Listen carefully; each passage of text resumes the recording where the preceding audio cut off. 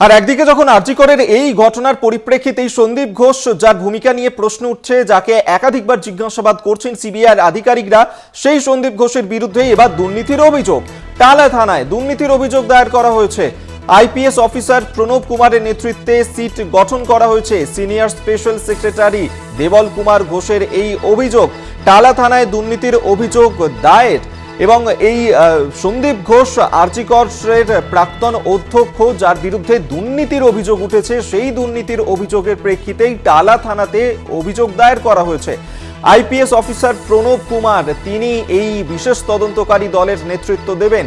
Senior special secretary দেবল কুমার ঘোষের অভিযোগ, টালা থানাতে দুর্নীতির অভিযোগ দায়ের করা হয়েছে সন্দীপ ঘোষের বিরুদ্ধে। সন্দীপ ঘোষ, যাকে কেন্দ্র করে এই মুহূর্তের বিতর্ক তৈরি হয়েছে, এবং আরজি করের ঘটনা নিয়েই এই সন্দীপ ঘোষকে যখন একদিকে সিবিআই আধিকারিকরা তারা জিজ্ঞাসাবাদ করছেন, তারা তদন্ত চালাচ্ছেন, অন্যদিকে এই সন্দীপ ঘোষের বিরুদ্ধেই এবার দুর্নীতির অভিযোগ উঠেছে। শুধু তাই নয়, টালা থানাতেও দুর্নীতির অভিযোগ দায়ের করা হয়েছে। আর তার জন্য এই যে ঘটনা, সেই ঘটনার তদন্ত করার জন্য বিশেষ তদন্ত কমিটি গঠন করা হয়েছে, সিট গঠন করা হয়েছে। আইপিএস অফিসার প্রণব কুমার, তিনি নেতৃত্ব দেবেন এই সিটের। সিনিয়র স্পেশাল সেক্রেটারি দেবল কুমার ঘোষের অভিযোগ,